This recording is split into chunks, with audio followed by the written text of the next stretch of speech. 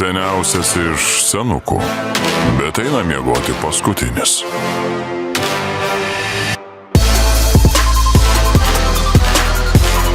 Jo senamiestis pilnas jaunystės.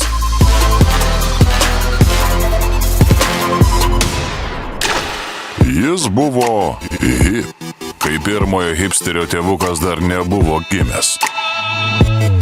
Nors senesnis už elektrą, internete jis aktyvesnis už tave. Net jo seni receptai kas kartą atgimsta naujai.